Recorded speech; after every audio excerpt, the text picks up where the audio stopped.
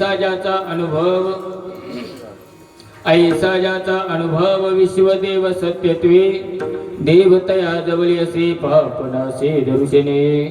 प्रस्तुत कीर्तन रूपी सेवेकरिता निवडलेला अभंग वैराग्याचे मूर्तिमंत पुतळे देहूचे सुप्रसिद्ध साधू जगद्गुरु तुकोबाराया यांचा हा उत्कृष्ट असा 4 कडव्याचा अभंग आजच्या या कीर्तन रूपी सेवेकरिता तुमच्या समोर मांडला आहे. विठ्ठल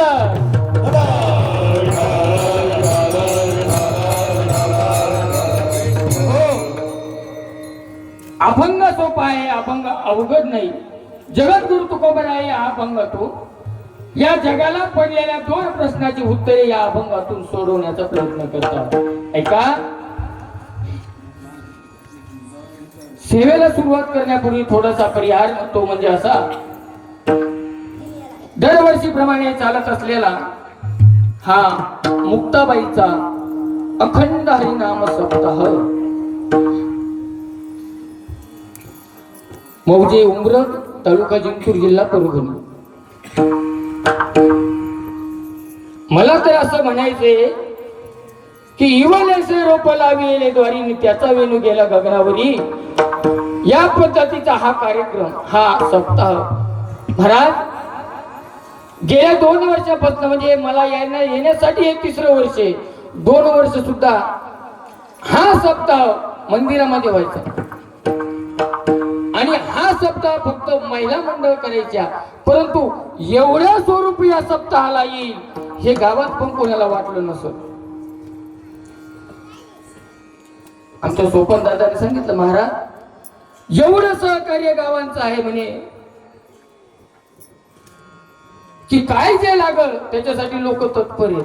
महाराज जीवनामध्ये आपण लय मोठे खटाटोप करतो, बरेच ज्याची गरज नाही त्याच्यासाठी एवढी धडपड करतो, झटतो.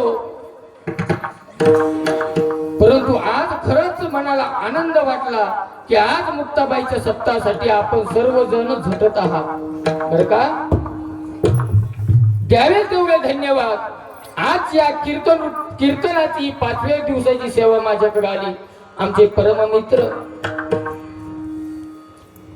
आमचे सोपन दादा मुंडे यांनी मला कॉल केला आणि महाराज आपला सप्ताह आणि याच्यामध्ये अगोदर तुमची तारीख सांगा. म्हटलं माझी तारीख फक्त 6 तारीख रिकामी आहे. ते म्हणत काही अडचण नाही, ही तारीख मी लिहून घेतो. मला बाकीचं नाही सांगायचं, परंतु इकडे लक्ष द्या. सप्ताह एका माणसाचा नाही, सप्ताह केल्याने 2 माणसांना 4 माणसं होत नाही. महाराज साधा मांडव जर उभा करायचा झाला तर त्याला बराच काही सहकार्य लागत असतं. एका खांबावर मांडव उभा राहत नाही. म्हणून एवढे खांब उभे केले तेव्हा कुठं मांडव उभा राहिला. मला असं वाटतंय पूर्ण गावाच्या सहकार्याने एवढं मोठं स्वरूप या सप्ताहाला आलं आणि सर्व गावाच्या विनंतीला मान देऊन या ठिकाणी मी आलो. ऐका, सेवा ही मुक्ताबाईची आहे. आपण सर्व मुक्ताबाईची सेवा करत आहोत. ऐका, किती वर्ष सप्ताहाचे? 27वे वर्ष. पण 2 तप पूर्ण झाले. ऐका, किती तप? आणि 3रं तप हे तुमच्या सप्ताहाचं चालू आहे. म्हणून द्यावे तेवढे तुम्हाला सुद्धा धन्यवाद. महाराज ज्यांच्या मार्गदर्शनाखाली हा सप्ताह चालू आहे ते आमचे बाबा प्रेममूर्ती वैराग्य मूर्ती छगन बाबा टाकलीकर, त्यांच्या चरणावर नतमस्तक होतो. महाराज लय मोठे साधू पाहिले असतील हो, लय मोठे महाराज. आमच्या सारखे जॅकेट घालणारे आणि कडक कपडे घालणारे लय मोठे महाराज सापडतील बर का. पण साधू साधू वेगळे असतात बर. हे प्रत्येकाला हिऱ्याची किंमत महाराज कोणी नाही करू शकणार, बरोबर आहे का.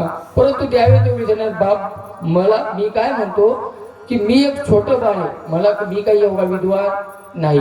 परंतु मला असं वाटतंय की लेकराच्या कीर्तनासाठी आपल्या वडिलांना आपल्या समोर बसावं. महाराज असं या ठिकाणी आज मला असं वाटायला मी बोलावंच का. पहिली गोष्ट तर असं वाटतंय की आज कीर्तनामध्ये विनोद नाही, कारण बाबा समोर बसलेले ऐका.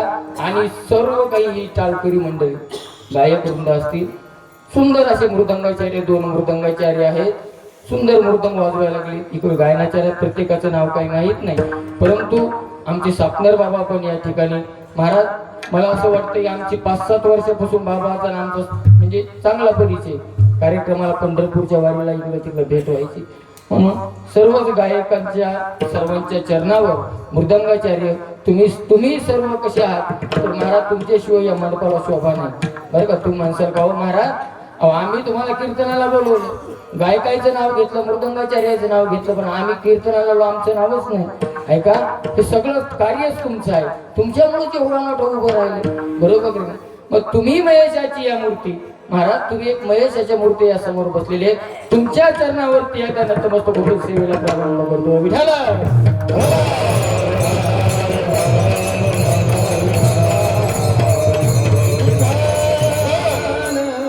अभंग जगद्गुरु तुकोबरा यांचा आहे. ऐका मायबाप, कीर्तन फक्त लक्ष देऊन ऐका.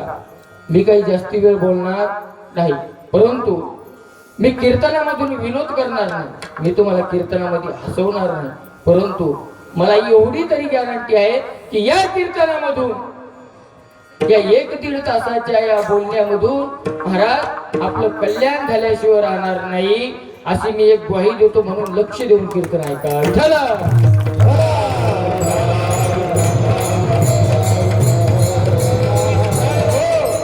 अभंग जगद्गुरु तुकोबरायांचा आहे, अभंग 4 कडव्याचा आहे.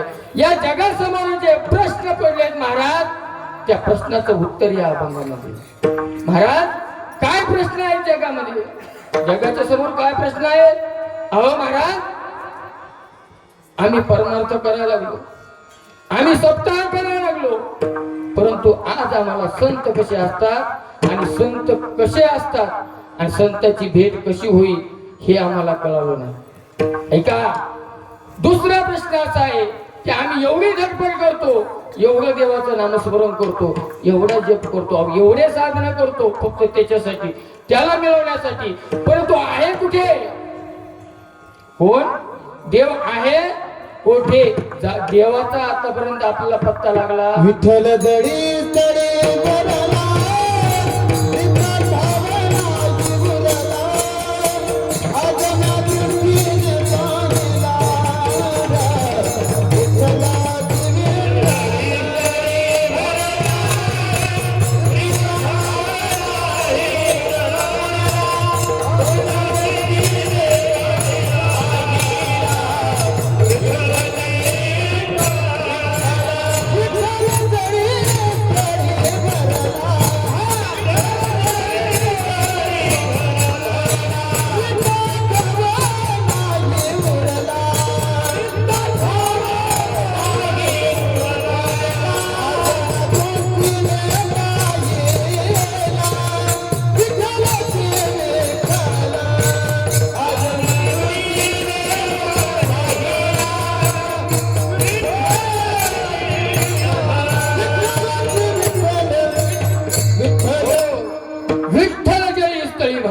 रिता ठाव नाही उरला, आज म्या दृष्टीने पाहिला विठ्ठलची विठ्ठल. ऐका, परंतु हे ज्ञान झाल्यावर कळतंय, अगोदर नाही. बरोबर आहे. आपण सर्व कशाच्या शोधात आहे? देवाच्या शोधात, बरोबर. अहो एवढं काही सप्ताह करत असेल, काही करत असेल, काही एवढे खटाटोप करतात लोक, वाऱ्या करतात, कशासाठी? देव पाहण्यासाठी, बरोबर आहे. आम्हाला एकदा तरी देव मिळावा महाराज, एकदा तरी देव आम्हाला मिळावा, आम्हाला दिसावा, आम्ही देवाला डोळे भरून पाहावं, हे प्रत्येक जीवाला वाटतं. कोणाला वाटत नाही असं की आम्ही देव पाहू नये म्हणून? कोण या जगामध्ये असं आहे की त्याला वाटतं की नाही मला देव पाहायचा नाही? प्रत्येकाला वाटतं, बरोबर आहे. परंतु त्या देवाचा पत्ता या अभंगाच्या जगद्गुरु तुकोबराय सांगतो. प्रथमतः देवाची जर प्राप्ती करायची असेल तर महाराज म्हणतात संताशिवाय धरावे संता, देते पाय धरावे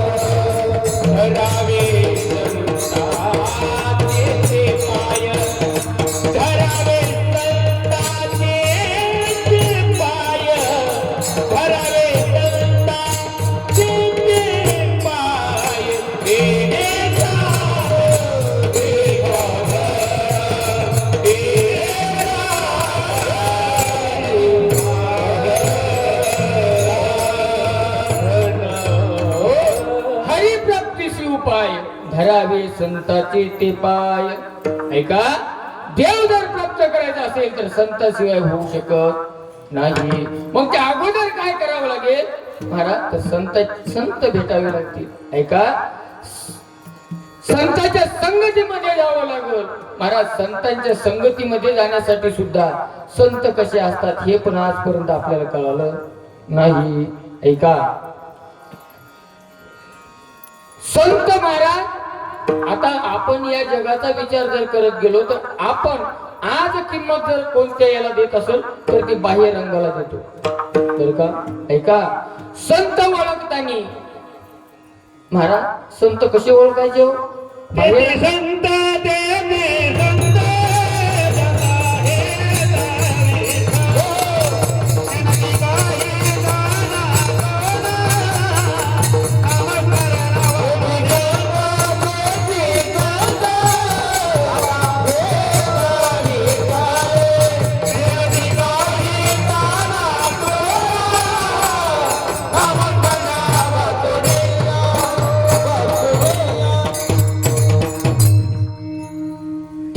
संत तेची संत ज्याचा हेत विठ्ठल. ऐका, तेच संत आहे की ज्यांना पांडुरंगाशिवाय दुसरा देव कळत नाही. ऐका महाराज, तेच संत आहे. संत ओळखता येतील. आपण संत बऱ्याच जणांना म्हणतो महाराज संत. अहो, एखादा आमच्यासारखा कडक कपड्यावाला जर दिसला तर तुम्ही संत म्हणता. ऐका, परंतु ऐका मायबाप, संत कसे असतात संत पाहता. आपण जर संत पाहत असाल तर आपण बाह्य लक्षणाने संत पाहतो, अंतर्लक्षण संताचं पाहत नाही. ऐका, संत ओळखताना अंतररंगाने ओळखले गेले पाहिजेत, बाह्य रंगाने नाही. ऐका, महाराज म्हणतात, अरे वरी भगवा झाला नामे, अंतरी वश केला कामे, त्याला म्हणू नये साधू. वरून भगवे कपडे घातलेले जरी दिसतील आणि त्याला जर तुम्ही साधू म्हणत असाल तर ते साधू नाही. म्हणून महाराज, या अभंगातून जर तुकोबराय काय सांगत असतील तर संतांचं अंतर्लक्षण अंतरंग काय असतो तर जगद्गुरु तुकोबराय अभंगाच्या पहिल्या चरणात सांगतात.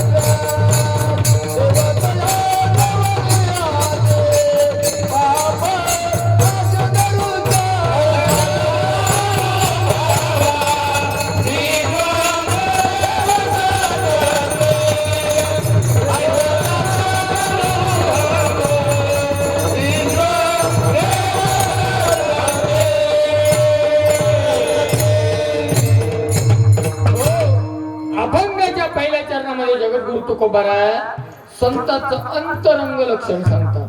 महाराज काय आहे संत? महाराज म्हणतात ऐसा ज्याचा अनुभव विश्वदेव सत्यत्वे. ऐसा ज्याचा अनुभव विश्वदेव सत्यत्वे. ज्याचा ऐसा अनुभव विश्वदेव सत्यत्वे. ज्याचा असा अनुभव आहे की हे जगत देव आहे. पहा कळतंय का? बोला बोला बोला कळतंय का? माझी भाषा समजायला लागली का तुम्हाला? नेमकी समजायली ना? काही वेगळं वाटायला लागलं का? नाही तेच म्हटलं. असे चेहरे असे टवटवीत ठेवा. पहा तुम्हाला वाटत असेल महाराज काही हसवणार काही होईल.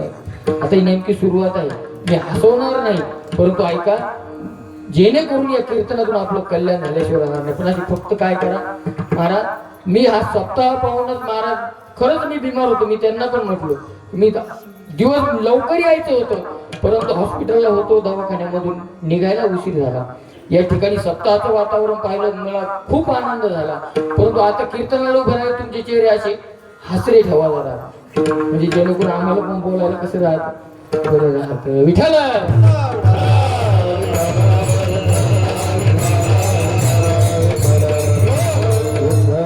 जगद्गुरु तुकोबा या अभंगातून महाराज सांगतात की असा ज्याचा अनुभव आहे की हे विश्वचे देव आहे. त्या विश्वालाच काय म्हणतात? देव मानतात. असा अनुभव आहे. महाराज आपल्याला कळते का? आपण म्हणतो काही विश्वदेव आहे म्हणून? नाही. ऐका आपण देव आहात. लक्ष द्या. वेदांतामध्ये जर पाहायला जर गेलं महाराज आता वेदांत जर सांगायला झाले की तुम्ही आताच झोपता बरोबर. परंतु वेदांत असा सांगतो की अहम ब्रह्मास्मी. मी देव आहे. अहम ब्रह्मास्मी. मीच देव आहे. तत्वमासी. आय एम आत्मा ब्रह्म. सर्विदम खलविदम ब्रह्म.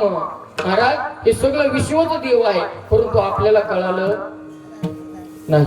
वातो दुर्गमान घाली मन, वातो दुर्गमान घाली मन, वायातो दुर्गमान घाली मन, वायातो दुर्गमान घाली मन. हरी आत्मा शिवाची मन, वायातो दुर्गमान घाली मन, वायातो दुर्गमान घाली मन.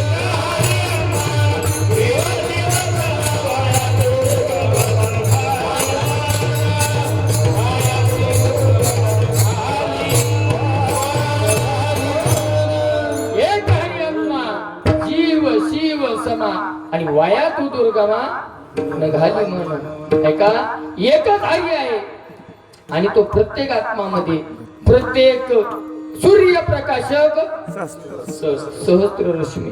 महाराज प्रत्येकाच्या घटाघटामध्ये एकच देव आहे आणि प्रत्येक माणूस हा देवच आहे. देव पाहायला जाण्याची गरज नाही. फक्त त्याला मिळवण्यासाठी साधनं करावं लागतात. ऐका जसं आता संसारामध्ये साधं उदाहरण घ्या. आपण संसार करायला लागलो बरोबर आहे. संसार करत असताना आपल्याला कमी वेदना आहेत का? महाराज म्हणतात संसाराचा धाक निरंतर आम्हासी आणि मरण भले परी काय. अहो त्या संसारात पैसा मिळण्यासाठी बरोबर आहे. पैसा मिळण्यासाठी एवढी धडपड करतो. अहो काही काही मरणाला टेकेपर्यंत महाराज कष्ट करतात काम करतात. मग या साधं संसारात जर तुम्हाला तृप्त होण्यासाठी तुम्ही एवढी कष्ट करता देव तुम्हाला असा घरपोच येईल होय? हा देव सुखाने भेटणार आहे? अजिबात नाही. देव जरी प्राप्त करायचा असेल तरी काहीतरी साधनं असतात महाराज. अहो साध्य प्राप्त करण्यास करायचं जर झालं तर त्याच्यासाठी साधनं करावं लागतात. काहीतरी मिळवण्यासाठी काहीतरी करावं लागतं बरोबर आहे. सरळ सरळ सांगतो ना. अहो कुछ पाने के लिए कुछ खोना भी पड़ता है और कुछ खोने के लिए कुछ पाना भी पड़ता है. म्हणजे देव जर प्राप्त करायचा असेल तर त्याच्यासाठी पण काहीतरी साधनं करायला लागणार. अहो बऱ्याच संतांनी आपल्याला सांगितलं बरोबर आहे. अहो संतांनी बरंच आपल्याला झोपेतून जागा करण्याचं काम केलं. उठा लागे भारी आता स्मरण करा पण आता जागा रे बाईनो, आता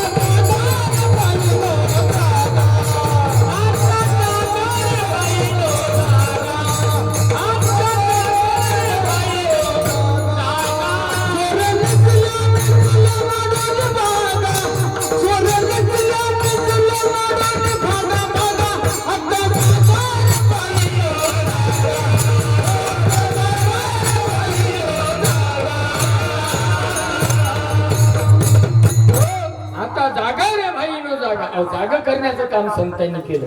महाराज आपल्याला देव कळावं म्हणून सांगितलं, झोपतून जागा केलं, पाया पडून सांगितलं, हात जोडून सांगितलं. महाराज किती जर महाराज संतांनी सगळं सांगितलं, पण आपण ऐकलो नाही.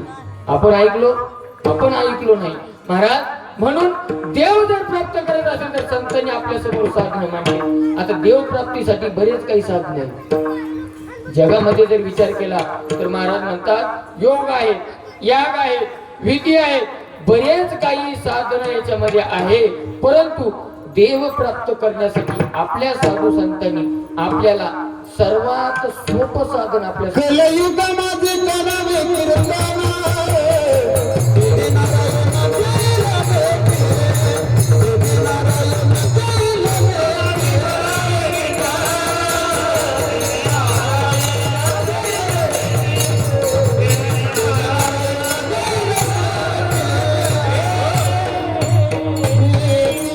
कलियुगामध्ये करावे कीर्तन, तेने नारायण देईल भेटी. कलियुगामध्ये कीर्तन करावं. कीर्तन करावं म्हणजे काय? अहो त्याचं नामस्मरण करावं. सर्वात मोठं साधन जर कोणतं असेल, सर्वात श्रेष्ठ साधन जर कोणतं असेल, सर्वात सोपं साधन जर कोणतं असेल महाराज, तर ते नाम विठ्ठल.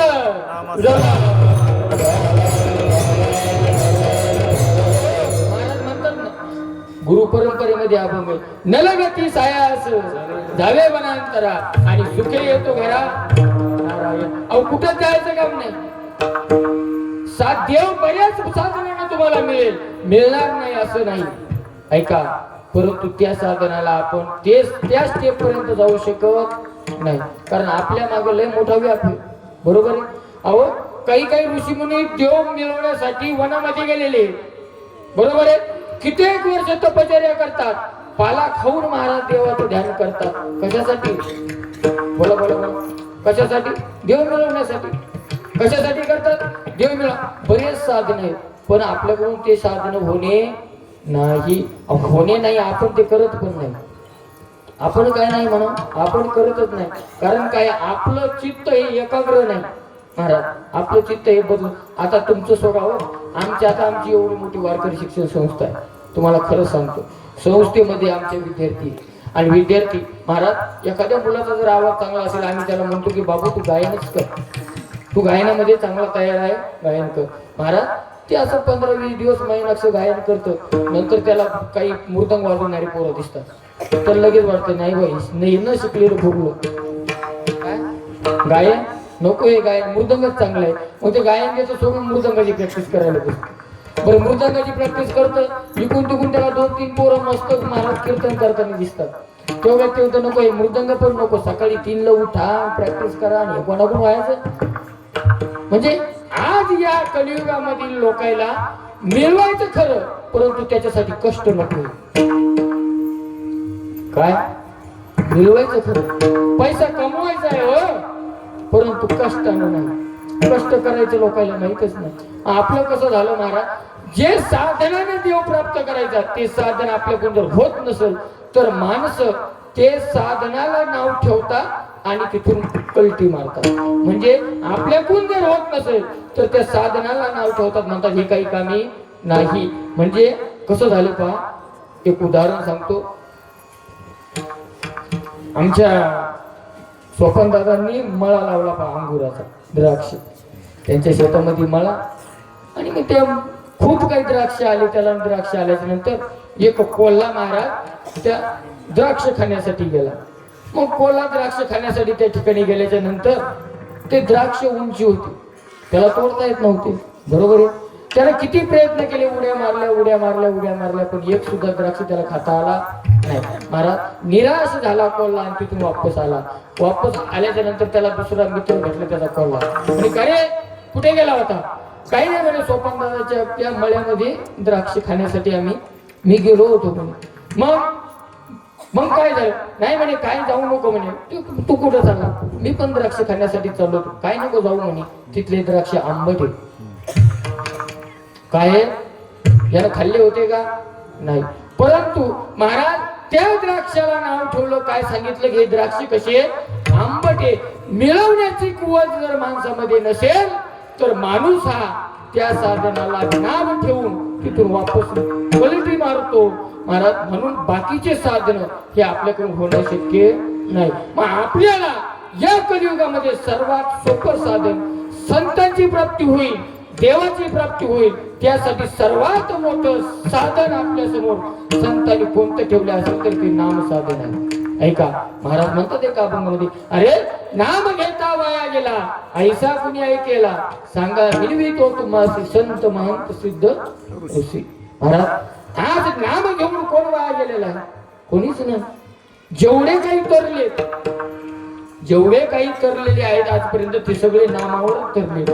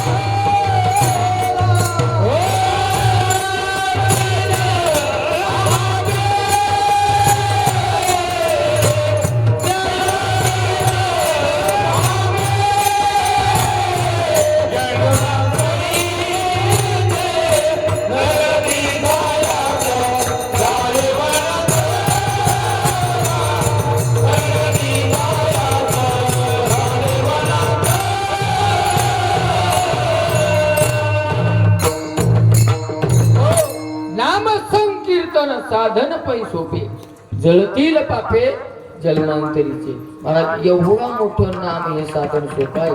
बरं सोपं किती आहे? याच्यासाठी काही कष्ट, नाम घेण्यासाठी काही कष्ट काहीच नाही महाराज. अहो कामामध्ये काम काही म्हणा राम राम, काम करत असताना सुद्धा देवाचं नाम घेता येतं. एवढं सोपं साधन, एवढा साधन दुसरं सोपं कोणतंही नाही. आणि यानं बरेच जण तरलेले असं नाही. मला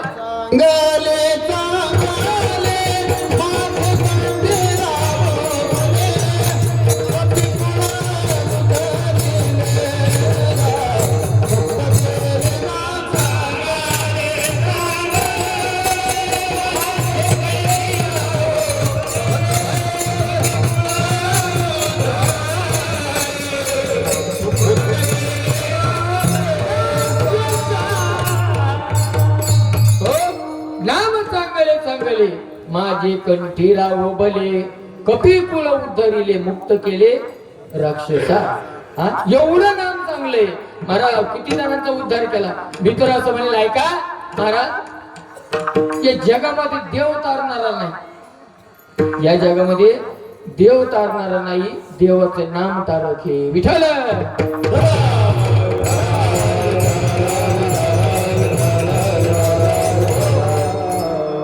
वाल्या कोळ्याचं उदाहरण तुम्हाला माहिती बरोबर आहे. मी काही दृष्टांत सांगत नाही आणि रिकाम लांबवत नाही. वाल्या कोळ्याचा उद्धार कशाने झाला? नामाने झाला. बरोबर आहे. अहो नामानेच झाला. नामस्मरण केलं वाल्याचा, वाल्मिकी झाला. महाराज एवढंच नाही तर गेले रामायण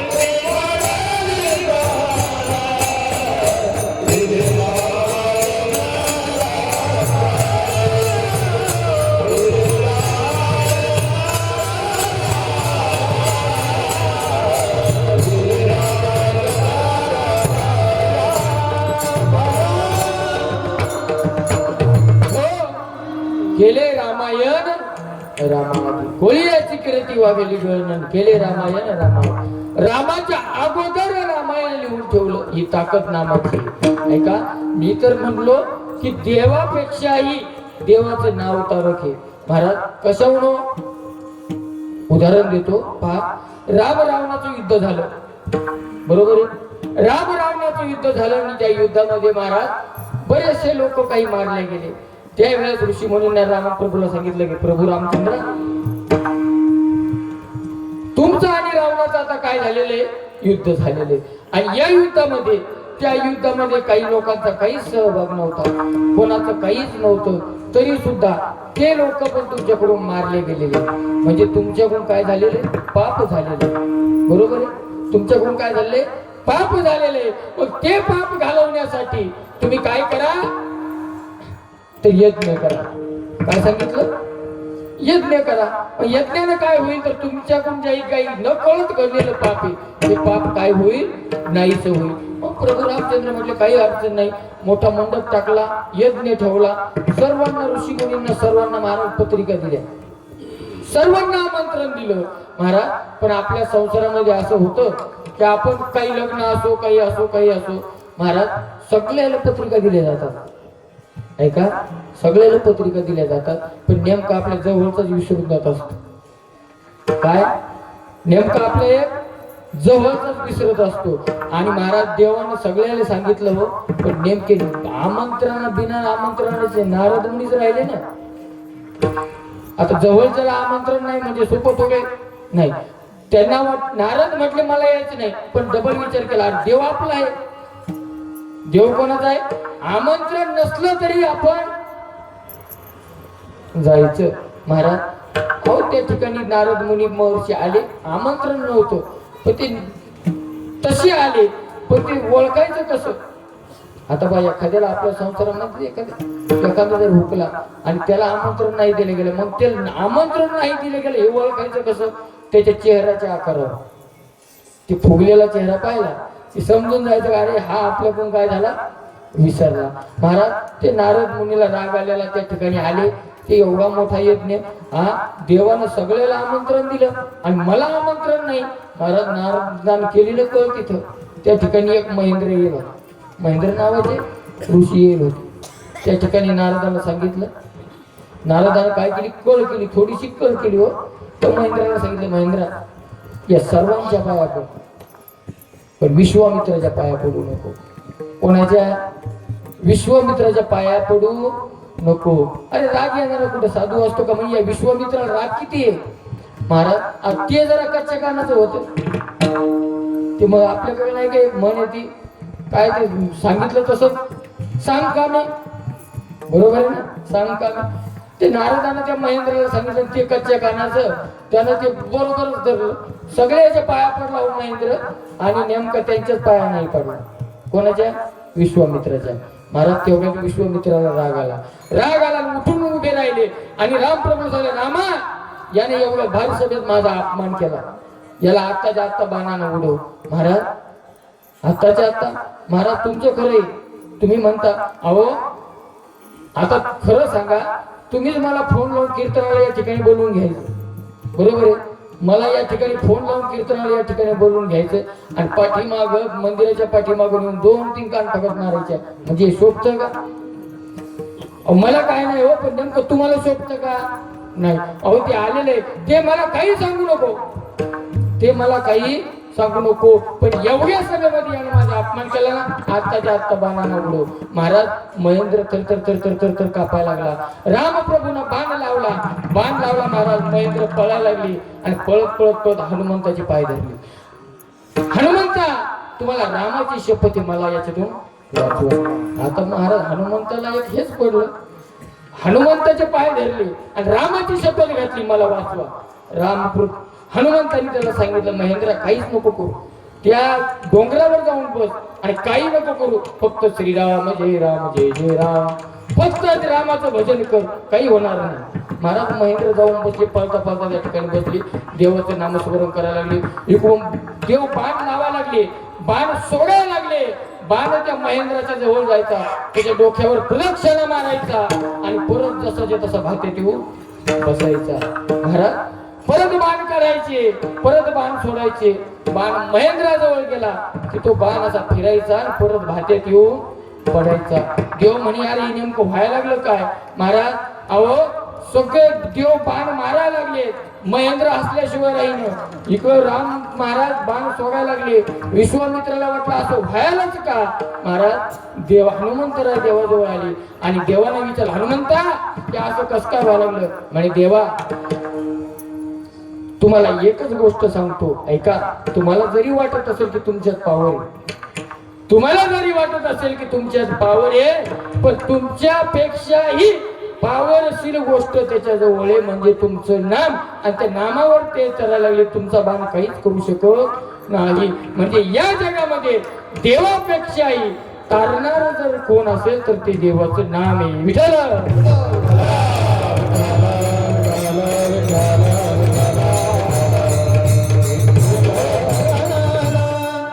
दुसरा दृष्टांत पहा, काही लय वेळ नाही का, थोडासा का. सेतू बांधायचा होता लंकेला जाण्यासाठी. सेतू बांधण्यासाठी महाराज बरेच वानर त्या ठिकाणी सेतू बांधण्यासाठी सर्वांनी सहकार्य केलं. प्रत्येक जण दगड आणायचा, त्या दगडावर राम सरळ सरळ सांगायला श्रीराम लिहायचा, तो दगड पाण्यामध्ये टाकायचा, तो दगड तरायचा. बरोबर आहे ना? हे रामायण तुम्हाला सर्वांना माहिती आहे, बरोबर. प्रत्येक दगडावर राम लिहिलं की तो दगड फेकला की काय व्हायचा? पाण्यावर तरायचा, पाण्यावर तरायचा. महाराज देवाला थोडा अभिमान झाला, थोडा देवाला अभिमान झाला की मी किती मोठा आहे, मी किती मोठा आहे. अहो माझं नाव लिहून जर दगड पाण्यावर तरतात तर मी किती मोठा आहे. देवाला अभिमान झाला, देवाला अभिमान झाला महाराज. आणि देवानं सहज पाहिलं, बरेचसे एवढे मोठे वानर दगड टाकायला लागले, दगड तरायला लागले, सेतू तयार व्हायला लागला. म्हणून देवानं काय केलं महाराज, असे थोडे खडे घेतले, दगड घेतले आणि लांब लांब जाऊन उभे राहिले. म्हणजे आपण एखादा दगड टाकू पाहू. महाराज रामप्रभूला वाटलं मी एवढा मोठा आहे, माझ्या नावाने जर दगड तरायला लागले तर मी टाकलेले दगड का तरणार नाही. म्हणून प्रभू रामचंद्र असे दगड घेऊन बाजूला गेले आणि इकडं न पाहता असा एक दगड पाण्यामध्ये टाकला, बुडाला. दगड बुडाला, तरला नाही. महाराज राम बोललो हे काय व्हायला. दुसरा दगड घेतला, टाकला, बुडाला. महाराज तिसरा दगड फेकायचा की पाठीमागून लगेच हनुमंतराय उभे. आता कोठ्याही मोठ्या माणसाला महाराज जर काही अपमानशील जर झालं तर त्याला पाहावं वाटत नाही, चांगलं वाटत नाही, अपमान वाटतो, बरोबर आहे का नाही? हा, म्हणून पाठीमागं पाहायला गेले तर हनुमंतराय होते. हनुमंतराय म्हणले तुम्ही कधी आले? ते म्हणजे मी पहिल्या दगडालाच आलो. म्हणे काय काय व्हायला लागलं? एवढे मोठे वानर दगड टाकायला लागले आणि ते दगड तरायला लागले आणि मी टाकलेला दगड का करत नाही? हनुमंताने गोड उत्तर दिलं, प्रभू रामचंद्रा तुम्हाला जरी वाटत असेल की माझ्या नावानं दगड करायला लागले, तुमच्या मुलं दगड करायला लागले, पण हा तुमचा होणारा हास आहे, तुम्हाला झालेला अभिमान आहे. दगड तुमच्यामुळं करत नाही, तुमच्या नावानं दगड करायला लागले. दुसरा भाव जर पाहायचं कारण जर झालं तर महाराज ऐका, दुसरा भाव हनुमंताने सांगितला, देवा जे दगड आम्ही पाण्यामध्ये टाकायला लागलो ना त्या दगडावर तुमचं नाव लिहिलेले आणि त्या दगडाला तुमच्या नावाचा आधार आहे म्हणून दगड करायला लागले. ऐका, आणि तुमच्या नावाच्या आधाराने ते दगड करायला लागले आणि देवच जर दगड हातातून फेकत असाल, त्याला जर तुमचा आधारच सोडून घेत असाल तर ते करतील तरी कोणाच्या भरोशावर? कोणाच्या भरोशावर करतील? दगड सेतू जरी बांधला असेल महाराज, ते जर तरलं असेल तर फक्त कशामुळं? देवाच्या नावावर, देवावर नाही. म्हणून संतांनी तेच साधन आपल्या समोर मांडलं की सर्वात मोठं सोपं साधन संतांनी आपल्या समोर मांडलं, त्याचं नाव आहे नाम. म्हणून नामस्मरण करा, म्हणजे नामस्मरण केल्याच्या नंतर संतांची भेट झाल्याशिवाय राहणार नाही. विठ्ठल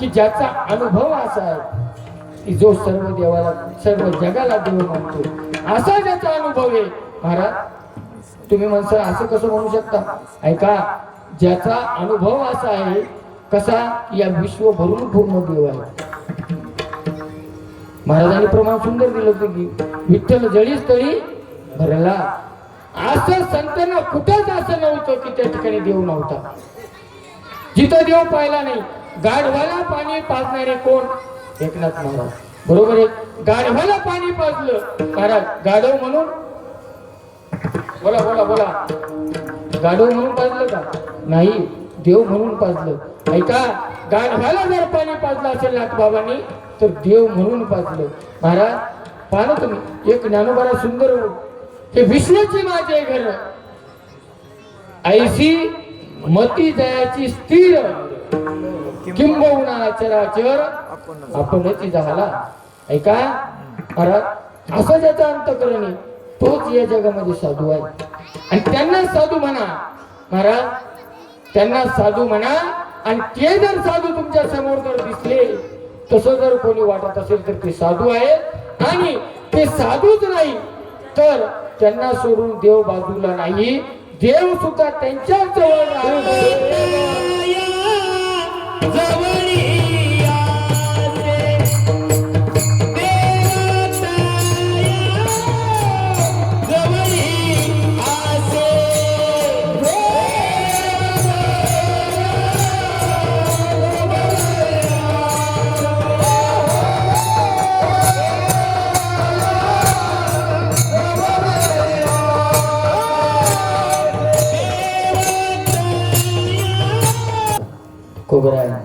देव तया जवळ असे महाराज त्यांच्यापाशी देव देव इतरत्र नाही ऐका अहो कुठं जरी गेले कुठं जरी काही जरी केलं तर देव मिळणं शक्य नाही महाराज देव कुठे तर देव संतांजवळ देव संतांना सोडून नाही आणि संत देवाला सोडून नाही वास्तव पाहायला जर गेलं तर संत आणि देव यांच्यात भेदच नाही देवते संत देवते संत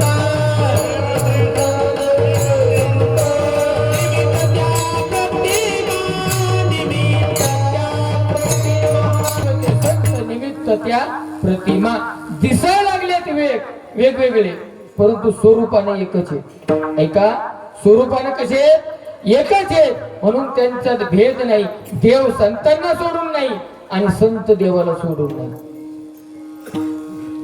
मी तर म्हणे की देवापेक्षाही मोठं अंतकरण कोणाचं असेल तर संतांचं आहे ऐका संत देवापेक्षाही मोठे आहेत कसे आहेत महाराज तर संत सरळ सरळ सांगतो ऐका देवापेक्षा तुकोबरायची आरती पहा राघव्या सागरात पाषाण तारिले तैसे तुकोबाचे अभंग रक्षिले अहो प्रभू रामचंद्रांना पाण्यावर दगड तरले असतील ऐका दगड तारले असतील पण तसेच माझ्या तुकोबरायचे अभंग सुद्धा पाण्यावर तरंगलेत एवढी माझ्या तुकोबरायची सुद्धा उंची आहे महाराज अहो एका ते फकीराने एक दोहा काढलेला आहे पा फकीर माहिती आहे का फकीर म्हणजे भिक्षा मागणारा नाही महाराज कबीर महाराजांनी फकीराचं सुंदर वर्णन केलेले फकीर होकर फिकर करताय वो भी साला गधा आहे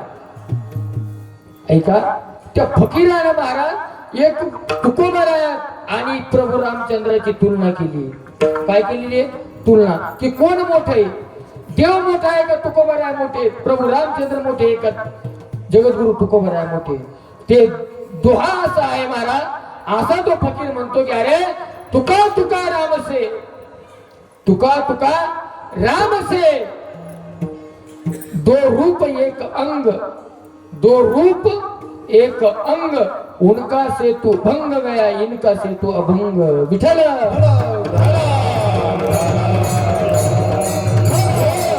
तुकोबरायाची तुलना प्रभू रामचंद्र सोबत केली महाराज तर काय झालं रामानं बांधलेला सेतू बुडाला महाराज तो भंग पावला परंतु माझ्या जगद्गुरु तुकोबारायांनी 4500 पायऱ्यांचा गाथारूपी सेतू आपल्या समोर ठेवलाय.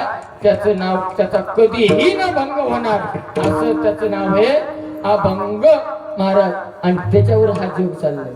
एवढे मोठे संत आहेत. मला सांगायचं एवढं की देव सुद्धा त्यांना सोडून नाही. देव तयाजवळी असे आणि मग पाप नासे दरुषीने. महाराज त्यांचं दर्शन जर जीवनामध्ये झालं तर पाप नाहीस होत. पाप किती जरी मोठं पाप केलेलं असलं ते सुद्धा पाप केल्याशिवाय राहत. अर्धक्षण घडता संताची संगाती, अर्धक्षण घडता संताची संगाती, देणे होय जाती महत्पापा, देणे होय जाती महत्पापा.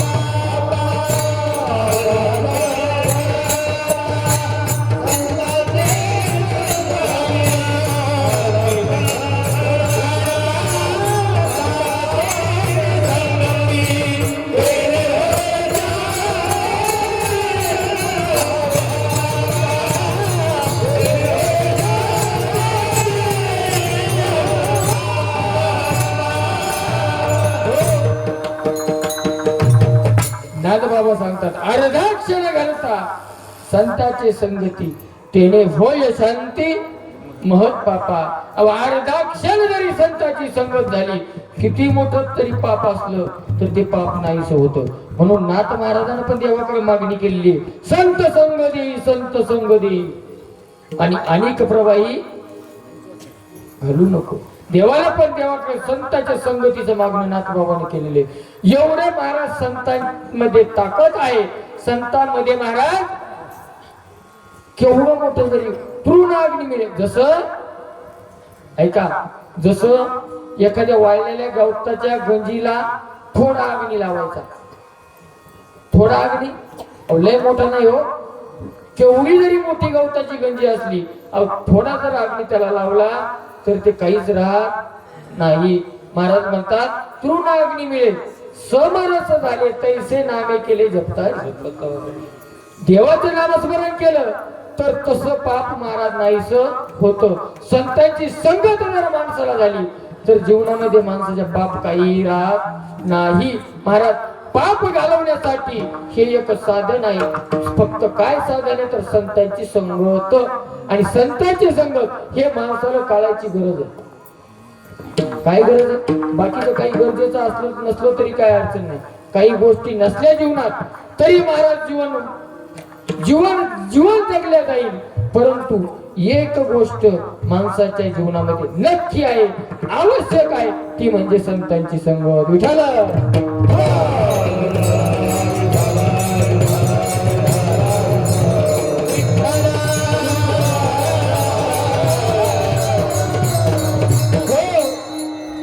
मग महाराज तुम्ही सांगितलं की असा ज्याचा अनुभव आहे विश्वदेव सत्यत्वे, देव त्यांच्या जवळ आहे, देव तयाजवळ असे.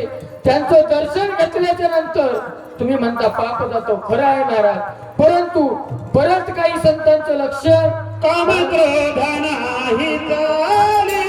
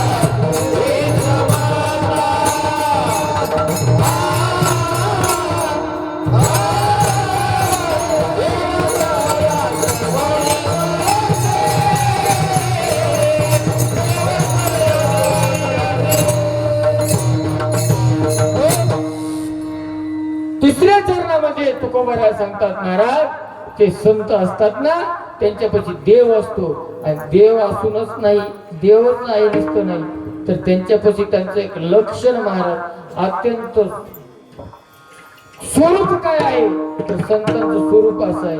संत महाराज कसे असतात, तर त्यांच्यापाशी काम क्रोध नाही, काम क्रोधा नाही चाली. महाराज त्यांच्या ठिकाणी काम नसतो, क्रोध नसतो, महाराज काहीही नसतं, निरपेक्ष जीवन असतं संतांचं. ऐका, जगद्गुरु तुकोबरायांच्या समोर एक आई साहेब आल्या आणि विच्छा व्यक्त करण्यासाठी तुकोबरायाकडे एक मागणी केली. तरी त्या तुकोबरायांनी महाराज त्या मातेसमोर हात जोडले आणि सांगितलं, जाई व तू माते न करी सायास, आम्ही विष्णुदास तैसे नव्हे. महाराज कोणाची उपमा दिली? मातेची उपमा दिली आणि वापस पाठवलं, आम्ही विष्णुदास तैसे नव्हे. काम नव्हता महाराज, तुकोबरामध्ये क्रोध अजिबातच नव्हता. काम क्रोध बळी ठाणे, काम क्रोध बळी ठाणे,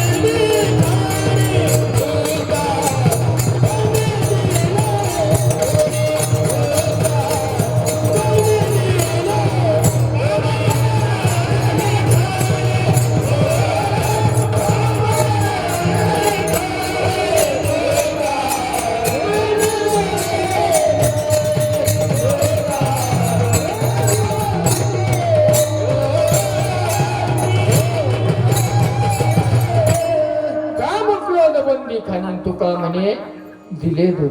महाराज काम नव्हता, क्रोध सुद्धा नव्हता. अहो तुकोबरायाला त्या मंबाजी भावानं काठीनं मारलं. हो, कशाला मारलं? काठीनं मारलं. आणि काठीनं मारून त्याच तुकोबरायाच्या कीर्तनाला मंबाजी भाऊ दिसली नाही, म्हणून महाराज मंबाजी भावाला झोपेतून उठवण्यासाठी तुकोबराय गेले आणि त्यांचे हात दाबू लागले की खरं तुम्ही मला त्या काडीनं मारलं, आणि तुम्ही त्या काडीनं मारल्यामुळे तुमचे हात दुखत असतील म्हणून हात दाबले आणि कीर्तनाला बोलवलं. एवढं मोठं सहन करणारा महात्मा कोणी महाराज जगामध्ये? अहो आज आमच्या एखाद्या कीर्तनकाराला साधं वरच्या भाषेत जर कोणी बोललं तर ते आम्ही सहन करू शकत नाही. बरोबर? नाथ महाराजाच्या अंगावर लोक थुंकले. हो महाराज, माझ्या माऊली ज्ञानोबरायांना मुक्ताबाईंना यांना खायला दिलं नाही हो लोकांनी. महाराज अहो एवढा त्रास सहन केला पण कधी क्रोध उत्पन्न झाला नाही. अहो आज जर हा वारकरी संप्रदाय जर एवढा मोठा दिसत असेल तर ते खरंच महाराज मला बोलायचं होतं पण ते समोर आलं म्हणून सांगतो, हे उपकार माझ्या मुक्ताबाईचे. ऐका, आज एवढा मोठा जर हा वारकरी संप्रदाय दिसत असेल तर उपकार मुक्ताबाईचे. नाहीतर महाराज जसं जन्माला आले होते ज्ञानोबरायाला राग आला होता महाराज, लोकांनी धुळीतलं पीठ फेकून दिलं. राग आला आणि माऊली चाटीच्या आत जाऊन बसले आणि मग त्या छोट्याशा मुक्ताबाईनं समजूत काढली आणि अभंग लिहिले. माऊली ताटी उघडा ज्ञानेश्वरा योगी पावना मनाचा आणि साहेब आपला. तेव्हा कुठे हे दिसायला लागले? हे जे दिसायला लागलं नाही हे माझ्या मुक्ताबाईंचे उपकार आहेत महाराज. त्या माऊलीला उपदेश केला आणि माऊलीचा राग घालवला तेव्हा कुठे ज्ञानेश्वरी दिसायला लागली, हरिपाठ दिसायला लागला, वारकरी संप्रदाय दिसायला लागला. महाराज लोपलेलं ज्ञान होतं ते सुद्धा जर दिसत असेल तरी मुक्ताबाईचे उपकार आहेत. विठ्ठल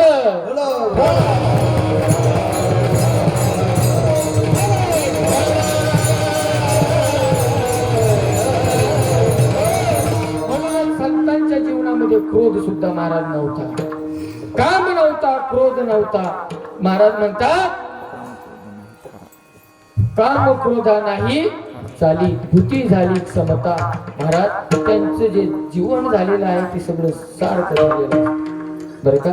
असे साधू असतात महाराज आणि यांना साधू म्हटलं पाहिजे. काही चमत्कार करणारे, काही हे करणारे, जादूटोणा करणारे हे साधू नसतात, लक्षात द्या. हा चमत्कार जरी केले असतील, ऐका माझ्या माऊलीने सुद्धा महाराज रेडा बोलवला, भिंत चालवली, हे चमत्कार महाराज कशा करता केले हो? हे मी साधू हे ओळखू यावं म्हणून नाही, किंवा मी लय मोठा चमत्कारी आहे म्हणून नाही, महाराज जगाला पण कळावं की हे सुद्धा काही करू शकतात. बरोबर आहे. आज हे चमत्काराचे महाराज लोक म्हणतात ना, जो चमत्कार दाखवल त्याला नमस्कार करणारे लोक येतात. ऐका, चमत्कार करणारे साधू नाही. अहो चमत्कार लय मोठे चमत्कार आपल्या संसारात का कमी चमत्कार आहे का? रोज आपण चमत्कार अनुभवायला लागलो ना. घरातला चमत्कार सांगतो मी तुम्हाला, ऐका. सगळ्या आई साहेब या ठिकाणी, महिला मंडळ या ठिकाणी, खरं सांगा मग, प्रामाणिकपणे सांगा, प्रत्येक महिलेला प्रत्येकाला वाटतंय महाराज, सगळ्यांच्या मनात सांगतो मी, असं हे बोलत नाही, सर्वांना महाराज एकच त्यांच्या मनात आहे, आपल्या नवऱ्याला अक्कल. बोला बोला बोला. बऱ्याच जणांच्या डोक्यात बरं, आपल्या नवऱ्याला अक्कल नाही, आणि प्रत्येक नवऱ्याच्या पण डोक्यामध्ये आपल्या बायकोला अक्कल नाही. पण दोघायला तसे समजतात, तरी पण दोघं मिळून जर संसार करतात म्हणजे हो चमत्कार किती मोठा आहे. हो चमत्कार किती मोठा आहे.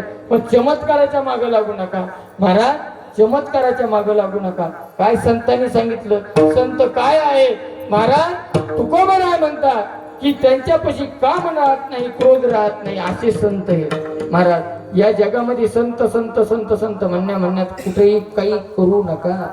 ऐका, कोणी तपश्चर्या करायले, कोणी होम करायले, कोणी यज्ञ करायले, कोणी फाफू करायले, धागे द्यायला लागले, दोरे द्यायला लागले, याच्या नादी लागू नका. जीवनामध्ये सफल व्हायचं असेल तर फक्त देवाचं नामस्मरण करा, आता संतांची संगत करा. संतांची संगत, मला तर असं माहिती की तुम्ही सगळे भाग्यवान आहे. आज आपण हे गावकरी सगळे भाग्यवान आहात की आपल्या सारख्यांना सुद्धा आपले बाबा सारखे महाराज महात्मे लाभले आणि त्यांचं दर्शन आपल्याला रोज होतंय. खरंच भाग्यवान आहात तुम्ही. छगन बाबा सारखे महात्मे जर आपल्या समोर आहेत तर आपण भाग्यवान आहात महाराज. दुसरीकडे संत पाहायला जाण्याची गरज नाही, देव पाहायला जाण्याची गरज नाही. देवच त्यांच्यापाशी आहे. काम क्रोधा नाही झाली, भूती झाली समता. तुकोबाराय म्हणतात, परत एक लक्षण साधूचं असं आहे महाराज. कसं आहे तर त्यांच्या ठिकाणी भेद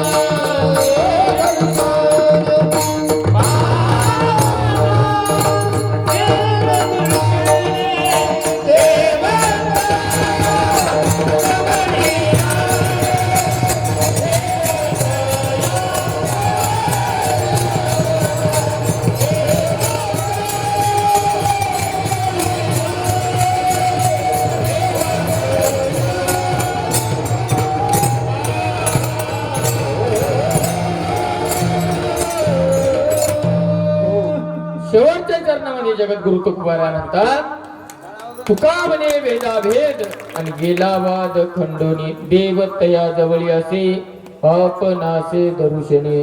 महाराज, जीवनामध्ये संतांच्या भेदाभेद राहत नाही, भेद राहतच नाही, महाराज भेदरहित जीवन हे साधूचं असतं. कोणाचाही भेद त्यांच्यामध्ये नसतो. महाराज जर भेद केला असता, संतांनी जर भेद केला असता, तर आज आपण पाहतो की आज संत जर नसते, संतांनी जर ही शिकवण जर आपल्याला दिली नसती, तर आज आपला देश हा कोणत्या थडीला जात होता याचा थोडा विचार करा. आज आपण जाती जातीमध्ये भेद करतो. संतांनी कधीच भेद केला नाही. ऐका, संतांनी कधी भेद केला नाही.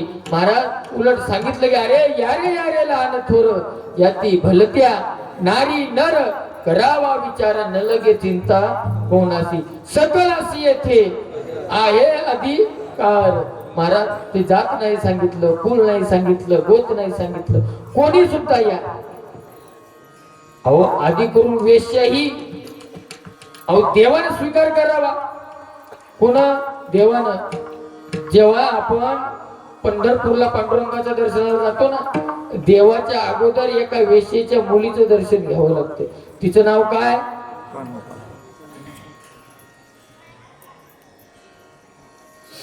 महाराज तिचं दर्शन अगोदर आपल्याला घ्यावं लागतं. हे काय तर देवाला फक्त, बाकी काही नाही, फक्त भावाला किंमत आहे. भाव कसा देव. महाराज देव फक्त कशाचा तर भावाचा भुकेला आहे. तुमच्याकडून देवाला काहीही गरज नाही.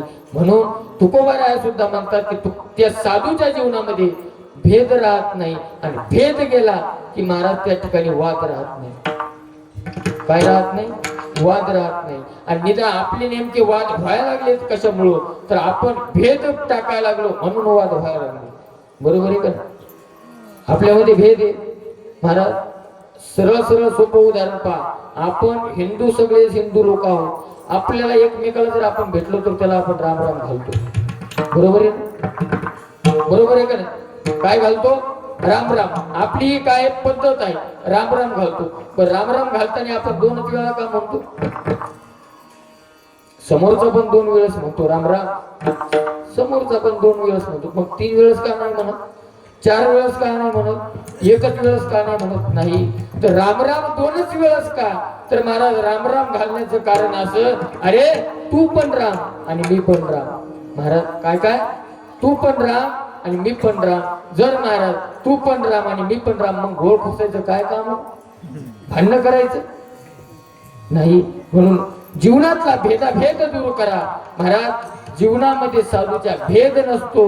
मग देव ज्यांच्यापाशी भेद नाही त्यांच्यापाशी सुद्धा काय असतं तर देव असतो. देव तया जवळी असे बाप नासे दरुषेने. जाता जाता एकच सांगेल महाराज, परमार्थ करत असताना लय झटण्याची गरज नाही. ऐका, जीवनामध्ये फक्त चांगलं वागा, सत्य कर्म करा, चांगले कर्म करा, वाईट कर्म करणाऱ्याच्या पाठीमागे लागू नका. ऐका, काय करा? चांगले कर्म करा, भावा भावाशी प्रेम करा.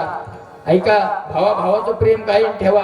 महाराज सासू सासऱ्याशी प्रेम कायम ठेवा, आई वडिलांशी प्रेम कायम ठेवा. महाराज यानंच जीवनाचा काय होऊ शकतो तर उद्धार होऊ शकतो.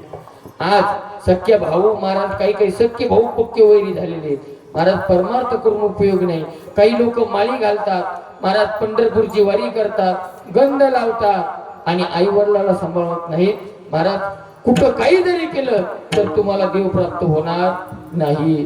तुम्ही जर काही पाप करत असाल आणि तुम्ही जर पंढरपूरची वारी चुकवत नसाल तर तुमच्या जीवनामध्ये काही त्या वारीचा फायदा नाही. तुम्ही जर सख्या भावाला जर त्याच्या भावाचं जर चांगलं आपल्याला दिसत नसेल आणि आपण जरी वारकरी झालो असेल तरी आपल्या या परमार्थाचा काही फायदा नाही. म्हणून चांगले वागा, प्रेमानं राहा महाराज. आणि हात जोडून एक विनंती आहे की या राजकारणाच्या जास्ती नादी लागू नका. कारण हे राजकारणी लोक काय करले की तुमच्या आमच्यामध्ये लावून द्यायला लागले. ऐका महाराज, काही समाज, काही गाव महाराज प्रेमानं नांदणारे, एक तिथं जात नव्हती, तिथं कुळ नव्हतं, तिथं काहीच नव्हतं, प्रेमानं नांदणारे लोक सुद्धा या राजकारण्याने दूर केले. ऐका, म्हणून सप्ताहामध्ये राजकारण आणू नका. गावामध्ये सुद्धा राजकारणाच्या ठिकाणी पण जातीयवाद करू नका. सर्वांशी भावाप्रेमानं राहा, प्रेम करा आणि जीवनामध्ये जेवढं सत्कार्य करता येईल तेवढं करा. दुसऱ्या जीवनामध्ये परमार्थच नाही. एखाद्या गरीबाच्या मुलीचं जर लग्न असेल तर तिथं गहू दान करा. महाराज परमार्थ घडल्याशिवाय राहणार नाही. एखाद्या लेकराला महाराज शिक्षणासाठी त्याच्या आई वडिलांना जर त्याची हिंमत नसेल, पैसा जर नसेल, तर करा ना काही मदत. त्याला लेटर घ्या, पेन घेऊन द्या, त्याला दप्तर घेऊन द्या. हे जीवनामध्ये एवढं जर केलं महाराज तर तुम्हाला देव मिळाल्याशिवाय राहणार नाही. हे कार्य करत राहा, चांगलं जगा. आपल्या मुलांना महाराज संस्कार टाका, आपला धर्म शिकवा. आज काळाची गरज आहे, आपल्या मुलाला धर्म कळायला पाहिजे. आपला धर्म काय आहे महाराज, आपला धर्म आपल्या मुलांना शिकवा. महाराज मुस्लिमाचं 5 वर्षाचं जर लेकरू असलं तर त्याला अगोदर ते मस्जिद मध्ये नेऊन नमाज पढायला शिकवतात ना. झाला वेळ झाला, मी 2च मिनिटं बोलतो, तुम्हाला शिल्लक बोलत नाही. तुम्ही बोर झाले का नाही ना? फक्त 2च मिनिटं लक्ष द्या. 5 वर्षाचं मुस्लिमाचा जर मुलगा असेल तर त्याला नमाज पढायचं शिकवतात. आपले पोरं महाराज 15-15, 20-20 वर्षाचे टोनगे झाले, मोबाईल घेतात, मारुतीच्या मंदिराच्या पाठीमागून बसतात, 12-12 वाजेपर्यंत पबजी खेळत बसतात, पण देवाचं दर्शन कधी घेत नाही. म्हणून आपल्या लेकराला धर्म सांगा, आपला देव सांगा. आपली महाराज जसं तुम्ही संस्कार टाकाल तसं घडत. आज छत्रपती शिवाजी महाराजांचं जगामध्ये नाव निघतं याचं कारण एकमेव त्यांच्यावर त्या मातेने संस्कार तसे टाकले म्हणून ते राजाचं आज नाव आहे. म्हणून माया हो, आपलं लेकरू कसं घडवायचं आपल्या हातात आहे.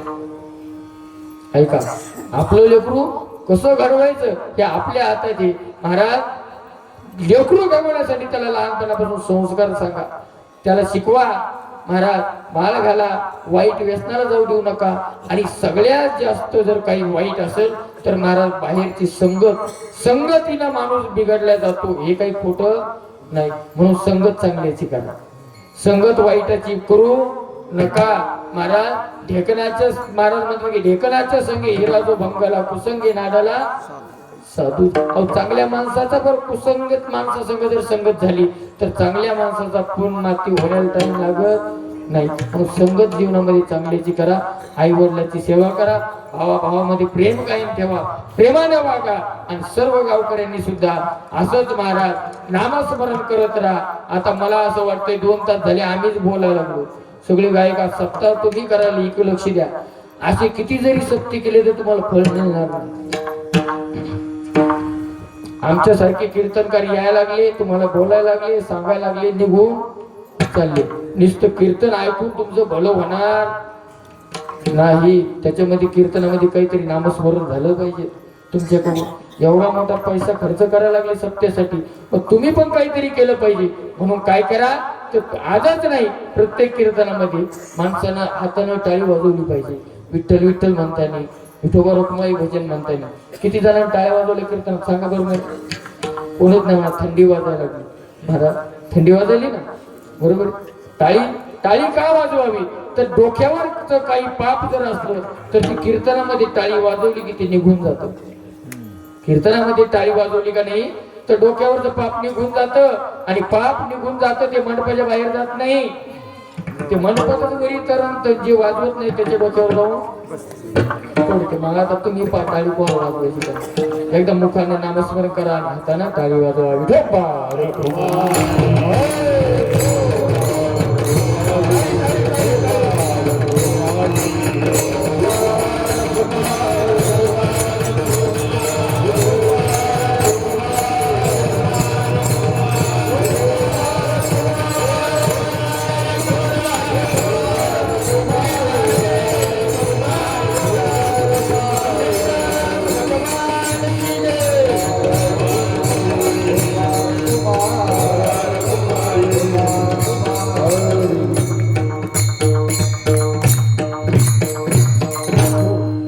या अभंगाचा भावार्थ असाच असेल असं मी सांगू शकणार नाही. जे काही सांगितलं महाराज, जे काही तुमच्या हिताचं असेल ते सर्व गुरुवारांची कृपा, गुरुवारांनी दिलेलं आम्ही तुमच्या समोर मांडायला लागलो.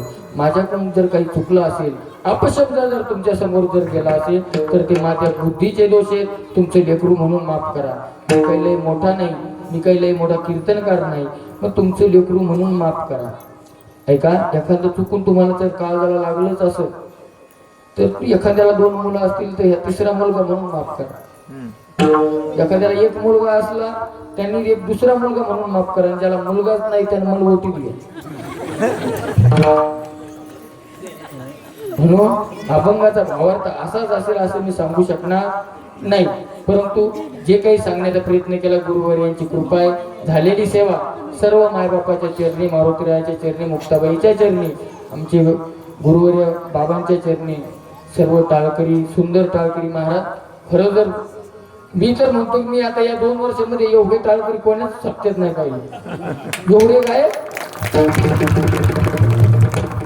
आणि एक रत्न आहे तुमचं, हे जे मराठवाडा आहे का नाही महाराज, हे गायन म्हणजे कोणी गो. अहो मी म्हणतो तिकडे जर दिंडी जर चालली ना याला आमची नरशीला, तिकडे शेतातून काम करणारे माईक घेतात महाराज. असं वाटतं की काय म्हणतील पण असे म्हणतात हा भारतात परभणी असं एवढे गायक महाराज. बरेच सप्ते पाहतो मी, बऱ्याच सप्ताहामध्ये 2 गायक 1 वादक, त्याच्या व्यतिरिक्त दिसत जास्तीत जास्त असले तर 4. परंतु या ठिकाणी पाहायला सगळेच आता सर्वांची नावं परिचय नाही, पण सर्वांनी सुंदर सहकार्य केलं. सर्वांच्या चरणावरती नतमस्तक होतो, सर्वांच्या चरणी सेवा समर्पित करतो आणि सेवेला पूर्णविराम. फक्त एकदा मुक्ताबाईचं भजन करा. हा निवृत्ती ज्ञानदेव सोपान मुक्ताबाई